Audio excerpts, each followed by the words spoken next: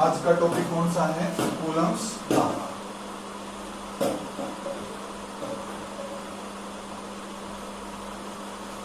Coulomb's law क्या कहता है? देखो, कोई भी दो चार्ज पार्टिकल है Q1 और Q2। Q1 कहाँ है? A पर, और Q2 कहाँ है? B पर।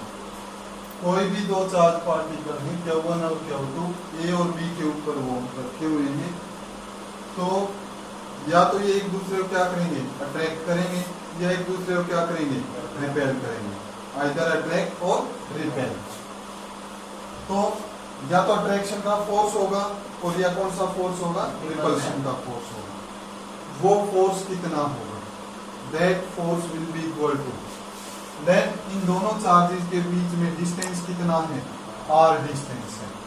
तो हम इसको लिख सकते हैं F is directly proportional to Q1 Q2 divided by r square. Modulus लेंगे हम Q1 Q2 divided by r square. ठीक है, क्योंकि फोर्स एक वेक्टर क्वांटिटी है, इसलिए हम मॉडुलस लेंगे। जहां भी स्केलर क्वांटिटी होगी वहां हम चार्ज का साइन लेंगे। जहां भी स्केलर क्वांटिटी होगी वहां चार्ज का साइन। ठीक है, तो F is directly proportional to Q1 Q2 by r square force बनेगा। This will be the force. ठीक है,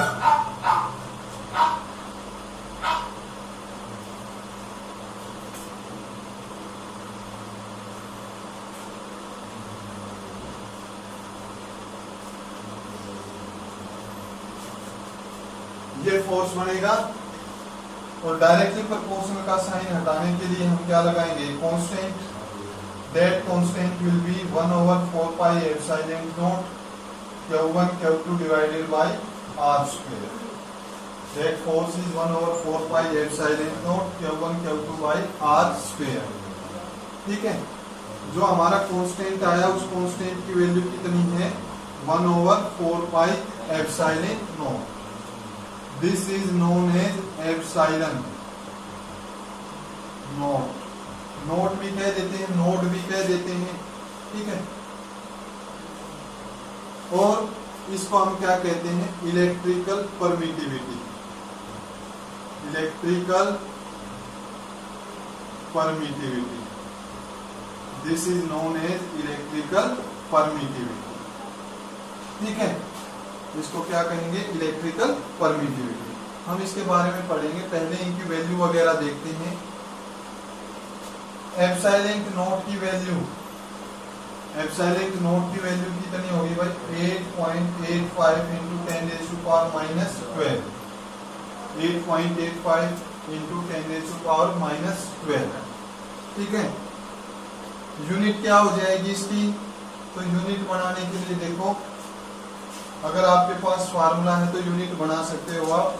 ये एप्सिलॉन नॉट की वैल्यू यूनिट निकालनी है, तो यहां से हम क्या कर सकते हैं? Epsilon not is equal to 1/f C1 Q1 Q2 by r square. लिख सकते हैं या नहीं लिख सकते? 4 पाई कांस्टेंट हो जाएगा। चार्ज की यूनिट क्या होगी? Coulomb. Coulomb into coulomb, coulomb square. Force की न्यूटन, और न्यूटन डिनोमिनेटर में तो -1। डिस्टेंस डिनोमिनेटर में था, ऊपर लेकर जाएंगे पावर क्या हो जाएगी? -2। तो एप्सिलॉन नॉट की वैल्यू कितनी होगी भाई? 8.85 इंटू 10⁻⁻12 कूलम स्क्वायर पर न्यूटन पर मीटर स्क्वायर। क्लियर? फिर भाई इसके बाद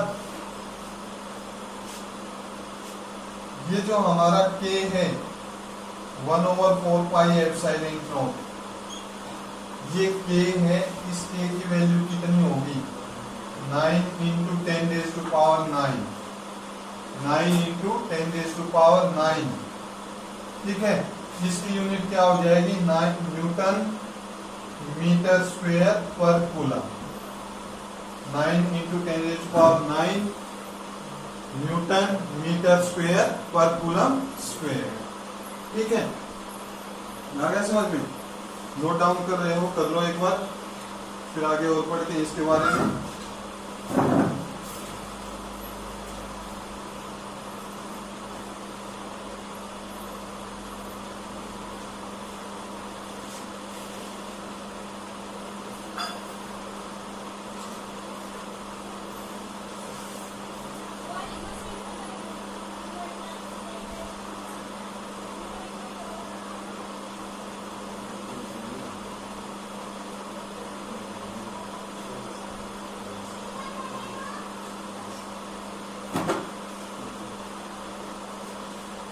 ये जो एप्सिलॉन नॉट था इसको क्या कहेंगे, इलेक्ट्रिकल परमिटिविटी। एप्सिलॉन नॉट को क्या कहेंगे हम, इलेक्ट्रिकल परमिटिविटी। ठीक है, इसकी डायमेंशन रहेगी भाई, जब हम इसकी डायमेंशंस बनाएंगे तो एप्सिलॉन नॉट की डायमेंशन यहां से बना सकते हैं। कूलम, कूलम के लिए चार्ज बनाओ भाई। न्यूटन के लिए क्या होगा, फोर्स, फोर्स की dimension m1 l1 t-2।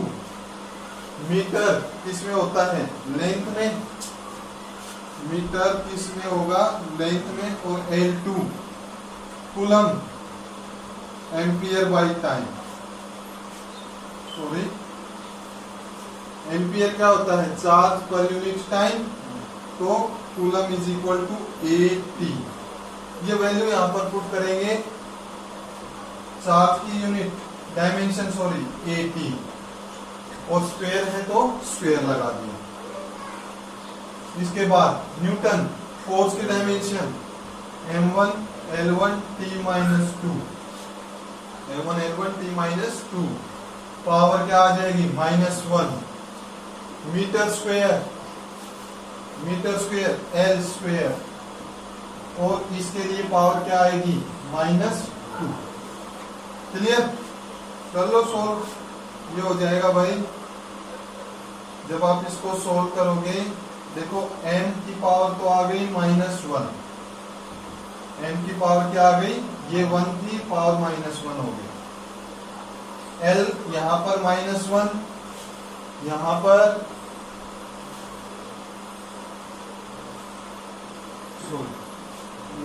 L, L की पावर -2, L की पावर -2 और L की पावर -1, तो L की पावर कितनी हो जाएगी, -3। T को देखो, T की पावर 2, T की पावर 2, -2 -1 +2 हो जाएगा। T की पावर यहाँ पर लिख देते हैं, M की पावर -1, L की पावर -3, T की पावर क्या हो जाएगी, 4। T भी हो गया, हमारे पास A बचा, A square. This is the dimension of electrical permittivity. This is the ठीक है, इलेक्ट्रिकल परमिटिविटी की डायमेंशन कितनी हो जाएगी, m-1 l-3 T4, A की पावर क्या आएगी, -2, सॉरी +2।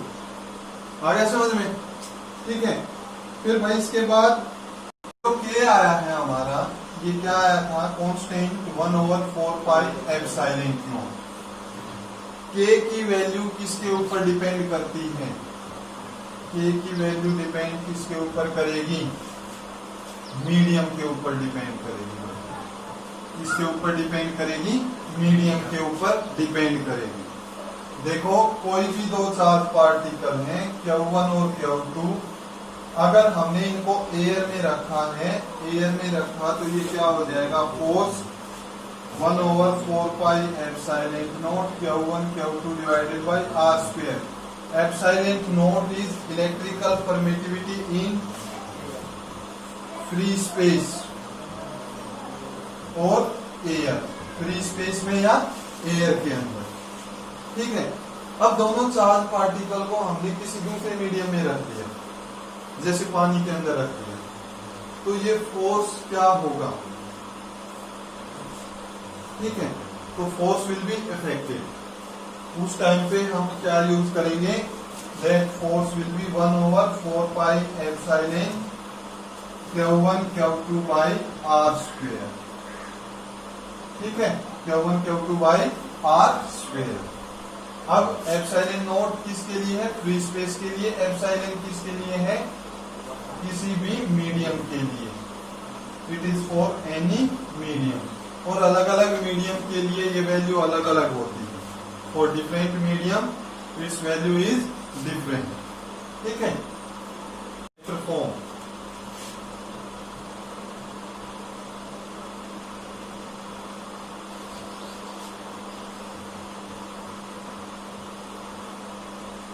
वेक्टर फॉर्म में हमें इसको रिप्रेजेंट करना है। सबसे पहले देखो, जो हमारे चार्ज पार्टिकल हैं, सपोज हमारा फर्स्ट चार्ज जो था Q1 चार्ज वो कहां पर रखा गया है, A के ऊपर रखा गया है। Q1 चार्ज कहां पर है, A के ऊपर, और इसके अंदर पोजीशन वेक्टर कितना है, R1। R1 is the position vector of vector first vector के लिए, ठीक है। सेकंड चार्ज Q2 जो कि कहां है, B के ऊपर, इसका पोजीशन वेक्टर कितना है, R2। फर्स्ट के लिए पोजीशन वेक्टर है R1, सेकंड के लिए पोजीशन वेक्टर है R2, ठीक है। यहां पर ये ओरिजिन है हमारा, ये आपको मेंशन करने होते हैं, ये कंप्लीटली आपको मेंशन करने होते हैं। जैसे R1 is position vector of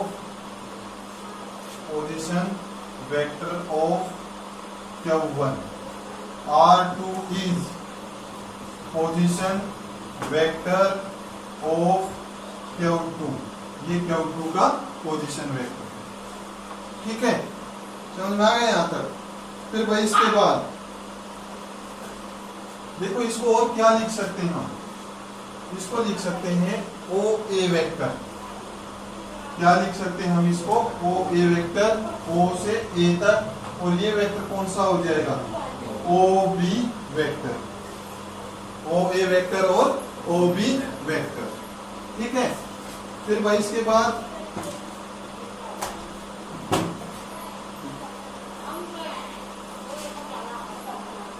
parallelogram law of vector addition लगाते हैं हम। A और B के बीच में डिस्प्लेसमेंट वेक्टर कितना होगा, A और B के बीच में डिस्प्लेसमेंट वेक्टर हमारा कितना होगा। The vector leading from A to B, देखो अलग अलग बुक के अंदर अलग अलग नोटेशन दे रखी है, ठीक है। अलग अलग बुक में अलग अलग नोटेशन दे रखी है। हम एनसीईआरटी की नोटेशन यूज कर रहे हैं। आपको कोई भी नोटेशन हो, सभी का एक ही मीनिंग है, सिर्फ आपको उसको एक्सप्लेन करना है। The vector leading from A to B, वो वेक्टर जो A से B की तरफ जा रहा है, ठीक है। या फिर क्या कह सकते हैं, leading from A to B और Q1 to Q2, from A to B और Q1 से Q2 तक। इसका क्या नाम रखेंगे भाई, इसका नाम हम रखेंगे R12। This vector is known as R12। बड़ा इंपॉर्टेंट पॉइंट है ये, इंपॉर्टेंट टॉपिक भी है इस चैप्टर में। R12 A से B की तरफ जा रहे हैं, ये जो वेक्टर है दिस वेक्टर इज R12। ये R12 किसके इक्वल होगा, R12 किसके इक्वल होगा। Parallelogram law of vector addition देखो, ये triangle law of vector addition, vector addition का लॉ क्या कहता है, अगर दो वेक्टर सेम ऑर्डर में हैं तो थर्ड वेक्टर क्या करेगा, third vector will represent the resultant, है या नहीं है। दो वेक्टर अगर सेम ऑर्डर में लिए गए तो थर्ड उसका रिजल्टेंट रिप्रेजेंट करेगा। R1 plus R12 is equal to R2। First vector, ये सेकंड वेक्टर, दोनों सेम ऑर्डर में लिए गए तो थर्ड वेक्टर जो ऑपोजिट ऑर्डर में है that will represent the resultant. Triangle law यही था, वही हमने यूज किया। तो R12 कितना हो जाएगा भाई, इसको इधर से उठाकर इधर लेकर गए, ये क्या हो जाएगा R1 होगा। तो R12 को हम क्या लिख सकते हैं, R2 minus R1, R2 minus R1। समझ में आया भाई, ठीक है। फिर इसके बाद the vector leading from B to A. अब जरूरी थोड़ी ना हम ए से बी लें, बी से ए भी हो सकता है।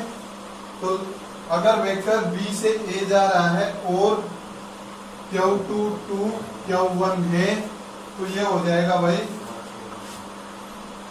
ये डायरेक्शन होगी बी से ए की तरफ, R21।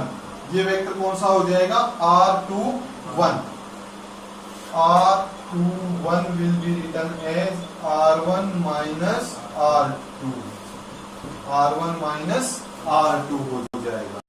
अब इसके बाद हमें फोर्स की वैल्यू बतानी है, फोर्स की डायरेक्शन बतानी है। देखो दोनों हमने पॉजिटिव चार्ज लिए हुए हैं, तो एक फोर्स इधर लगेगा और इस ए के ऊपर फोर्स इधर लगेगा।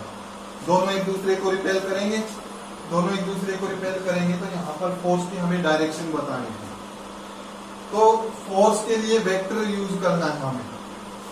तो ये जो आया है F21, ठीक है, F21, ये हमारा क्या होगा, इसको हम लिखेंगे F21 क्या रिप्रेजेंट करेगा, force on second, force on Q2 due to Q1, force on Q2 due to Q1। और फोर्स 1-2 किसको रिप्रेजेंट करेगा, force on Q1 due to Q2। This will be force on first due to second.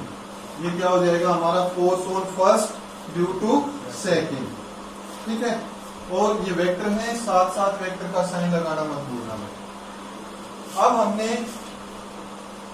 R2 vector बनाया, R2 vector कितना होगा,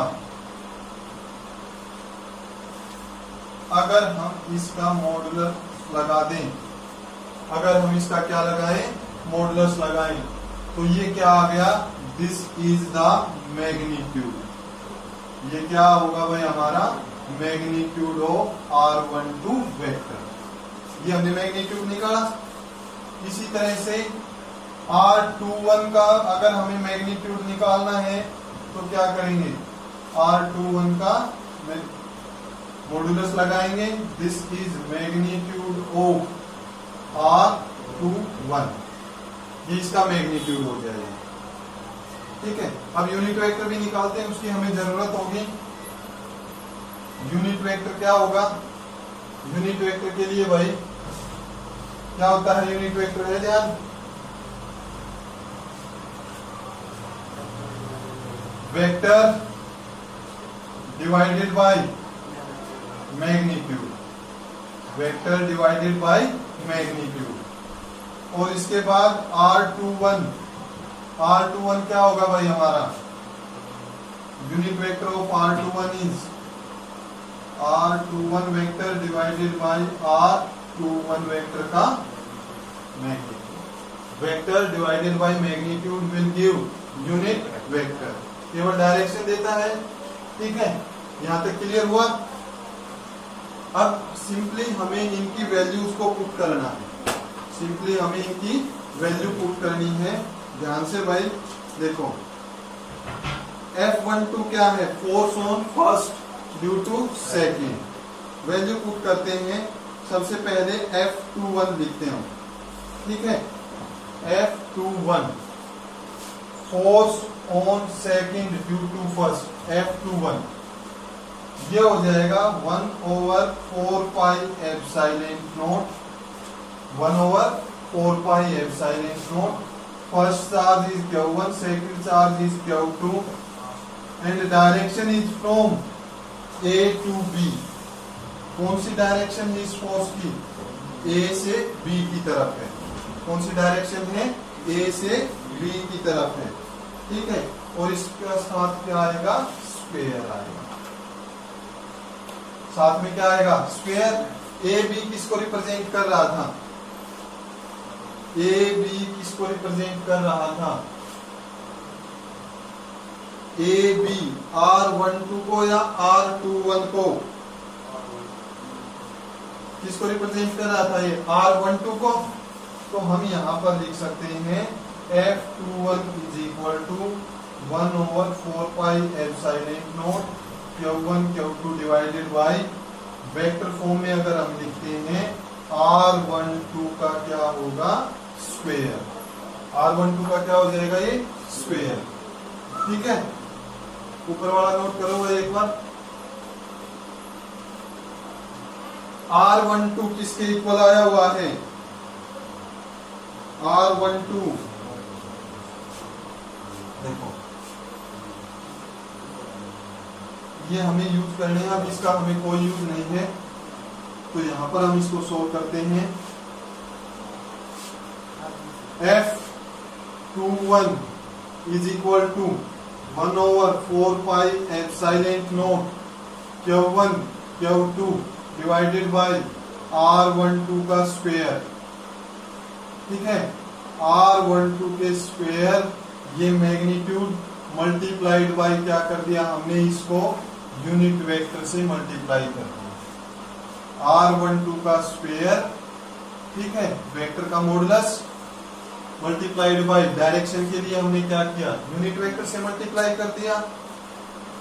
अब इसको और क्या किस फॉर्म में लिख सकते हैं, 1/4 pi epsilon not Q1 Q2 divided by R12 का स्क्वायर। इसको हम सीधा लिख देते हैं R12 का square multiplied by magnitude, direction हटा दी भाई हमने। ठीक है, R12 किसके इक्वल आया है, R12 डिवाइडेड बाय R12। ये फिर से क्या हो गया इसका मॉडुलस, मॉडुलस का साइन हमने नहीं लगाया यहाँ पर। ठीक है, तो F21 is equal to 1/4 pi epsilon not Q1 Q2 ये हो जाएगा into R12 vector divided by R12 की क्या आ गई भाई, अब क्यूब आएगी। ये ध्यान रखना, R12 में क्या आएगी अब क्यूब, क्योंकि हमने क्या किया वेक्टर से इसको मल्टीप्लाई किया। ठीक है, वैल्यूज पुट कर दो। R12 किसके इक्वल आया हुआ है, R12 R2 माइनस R1, तो force on this will B, ये वेक्टर फॉर्म है, 1/4 pi epsilon not Q1 Q2 R12 R2 minus R1 का cube multiplied by R12 R2 minus R1। This is the vector form. ये क्या हो जाएगी हमारी vector form हो जाएगी कूलम्स लॉ। भाई नेक्स्ट हमारा टॉपिक रहेगा लिमिटेशंस ऑफ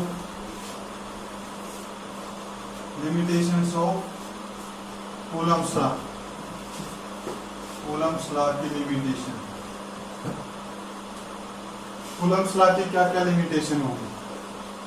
पहली लिमिटेशन क्या होगी, valid for point object, point charge. किसके लिए वैलिड है ये, पॉइंट चार्ज के लिए वैलिड रहेगा। ठीक है भाई, दूसरी इसके अंदर लिमिटेशन रहेगी, charges must be at rest. हमारे जो चार्ज है ना वो किस में होने चाहिए, रेस्ट में होने चाहिए। चार्ज रेस्ट में क्यों होने चाहिए, क्योंकि चार्ज रेस्ट में है तो वो क्या बनाता है, इलेक्ट्रिक फील्ड बनाएगा। हम उससे कैलकुलेट करेंगे इलेक्ट्रिक फोर्स। ठीक है, अगर चार्ज मोशन में हो गया, चार्ज किस में हो गया, मोशन में हो गया, तो ये साथ साथ क्या बनाएगा भाई, मैग्नेटिक फील्ड बनाएगा। ठीक है, हम कैलकुलेट क्या करना चाहते हैं, केवल इलेक्ट्रिक फोर्स को कैलकुलेट करना चाहते हैं।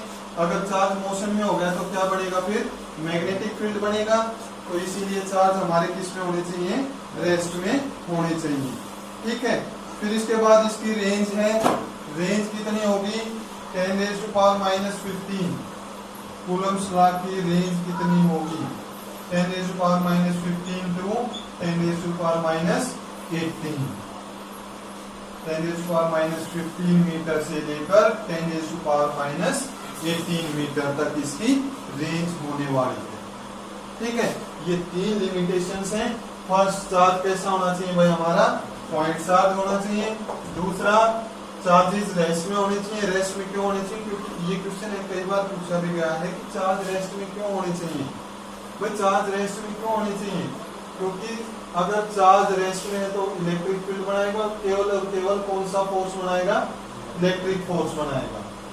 बट चार्ज अगर मोशन में हो गया, चार्ज मोशन में मैग्नेटिक फील्ड बनाएगा और वहां पर मैग्नेटिक फोर्स भी लगेगा। ठीक है। थर्ड लिमिटेशन क्या है, इसकी रेंज, ये किस रेंज तक वैलिड है। क्लियर हो गए लिमिटेशंस।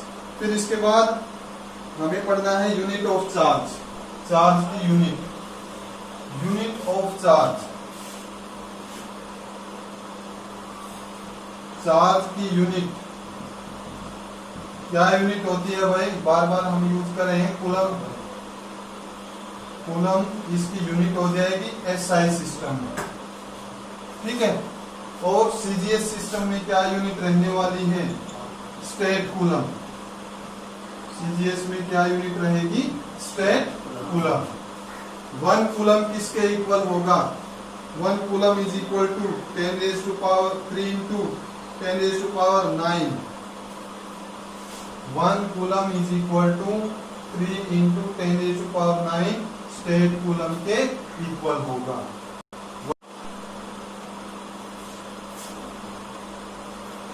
फिर भाई इसके बाद नेक्स्ट हमारे पास है 1 कूलम किसके इक्वल होगा, 1 कूलम किसके इक्वल होगा।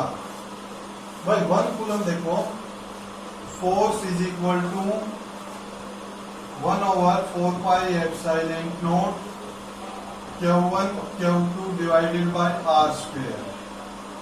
ठीक है, 1/4πε0 Q1 Q2 divided by r²। 1 coulomb की हमें डेफिनेशन निकालनी है। 1 coulomb, charge will be 1 coulomb, charge 1 coulomb होगा अगर डिस्टेंस कितना है, 1 मीटर। दोनों चार्जेस के बीच में हमारा डिस्टेंस कितना होने वाला है, 1 मीटर का डिस्टेंस है। ठीक है। और उसके ऊपर फोर्स कितना लगेगा, फोर्स विल बी 9 इंटू 10⁻⁹। देखो कहां से आया, force is equal to 9 into 10⁻⁹। Charge 1 1 1। तो 1 कूलम चार्ज कब होगा, जब दोनों चार्जेस के बीच में हमारा डिस्टेंस कितना हो, 1 मीटर हो, और दोनों चार्जेस एक दूसरे पर कितना फोर्स लगाए भाई, 9 इंटू 10⁻⁹ न्यूटन का फोर्स लगाए। इस टाइम पे चार्ज क्या कहा जाएगा, 1 कूलम चार्ज कहा जाएगा। इस टाइम पे क्या कहा जाएगा, चार्ज 1 कूलम। ठीक है। फिर इसके बाद हम पढ़ते हैं, वापिस उसी टॉपिक पर आते हैं, इलेक्ट्रिकल परमिटिविटी। डाइलेक्ट्रिक कांस्टेंट क्या होता है, या रिलेटिव डाइलेक्ट्रिक कांस्टेंट क्या होता है।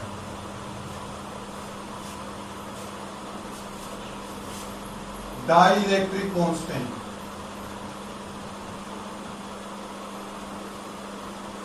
देखो भाई, force is equal to 1/4πε0 Q1 Q2 divided by r² है।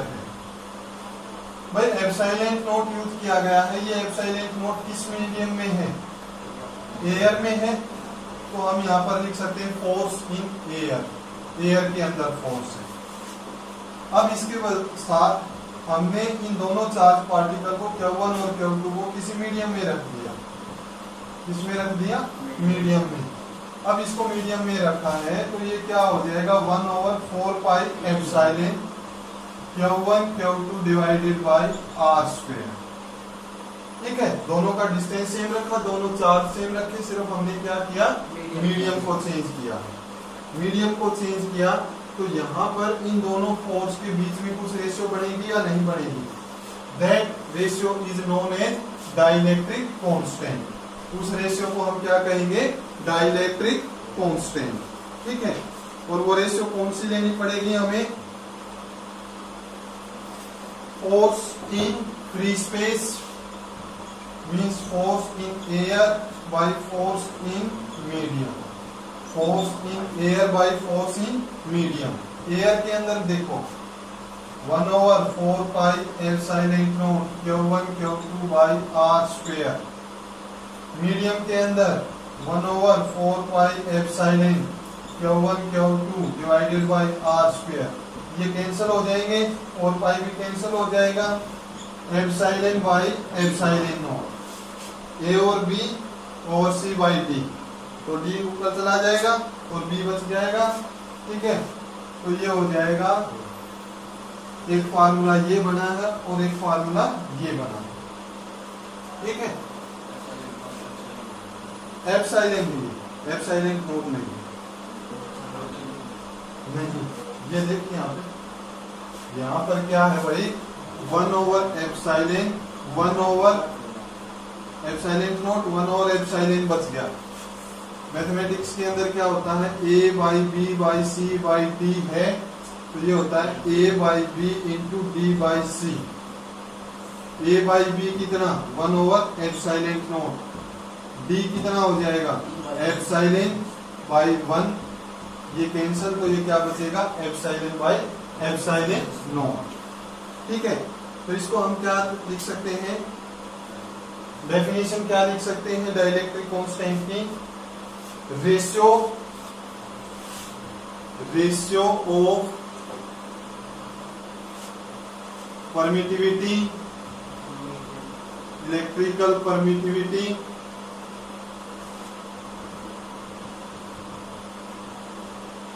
in medium to electrical permittivity in free space. Electrical permittivity in free space. ठीक है, या दूसरी डेफिनेशन हम ये भी बना सकते हैं force on two charged particles. It is the ratio of force on two charged particles in air to the force in the medium. Air और मीडियम के बीच में हमने फोर्स की जो रेशियो आएगी that is known as dielectric constant. ठीक है, और इस डाइलेक्ट्रिक कांस्टेंट की अलग अलग वैल्यू होती है. जैसे डाइलेक्ट्रिक कांस्टेंट की वाटर में कितनी वैल्यू हो जाएगी के. वाटर में कितनी वैल्यू होगी भाई के, और के कितना डाइलेक्ट्रिक कांस्टेंट के कितना होगा 81. वाटर में कितनी वैल्यू होगी 81. क्लियर हो गया. ठीक है, और न्यूमेरिकल्स के अंदर इसका बहुत यूज होता है. के की वैल्यू दे दी, अब ध्यान से समझना भाई, के की वैल्यू दे दी 2, के की वैल्यू 2 दी है. Epsilon by epsilon not is equal to 2. तो मीडियम के अंदर हम क्या पुट करेंगे, ये E is equal to sorry epsilon is equal to 2 epsilon nought बनेगा. बनेगा या नहीं बनेगा. हम फोर्स कैलकुलेट कर रहे हैं. फोर्स है 1/4 पाई एप्सिलॉन मीडियम के अंदर Q1 Q2 by r square. Epsilon किसके इक्वल आया 2 एप्सिलॉन नॉट. अगर डाइलेक्ट्रिक कांस्टेंट की वैल्यू 2 है तो 2 एप्सिलॉन नॉट. अब यहाँ पर देखो फोर्स की वैल्यू कम हुई है ज्यादा हुई, कम हुई है कितनी हो गई हाफ हुई. तो किसी भी मीडियम के अंदर अगर हम किसी भी मीडियम के अंदर अगर हम चार्ज पार्टिकल को रखेंगे तो वहां पर फोर्स की वैल्यू इंक्रीज होगी डिक्रीज होगी. तो मैक्सिमम फोर्स दो चार्ज पार्टिकल के बीच में कहां पर होगा एयर के अंदर होगा. मैक्सिमम फोर्स कहां पर होगा एयर के अंदर होगा. ठीक है, न्यूमेरिकल्स में बहुत जगह पर आपको डाइलेक्ट्रिक कांस्टेंट की वैल्यू दी हुई है. ये फार्मूला बहुत इंपॉर्टेंट है भाई. डाइलेक्ट्रिक कांस्टेंट क्या होता है ratio of electrical permittivity in medium to electric permittivity in free space. ठीक है, क्लियर हुआ. फिर इसके बाद नेक्स्ट जो हमारा इस पार्ट में लास्ट आज का लास्ट टॉपिक जो हमारा है superposition principle. Superposition principle note down कर लो भाई.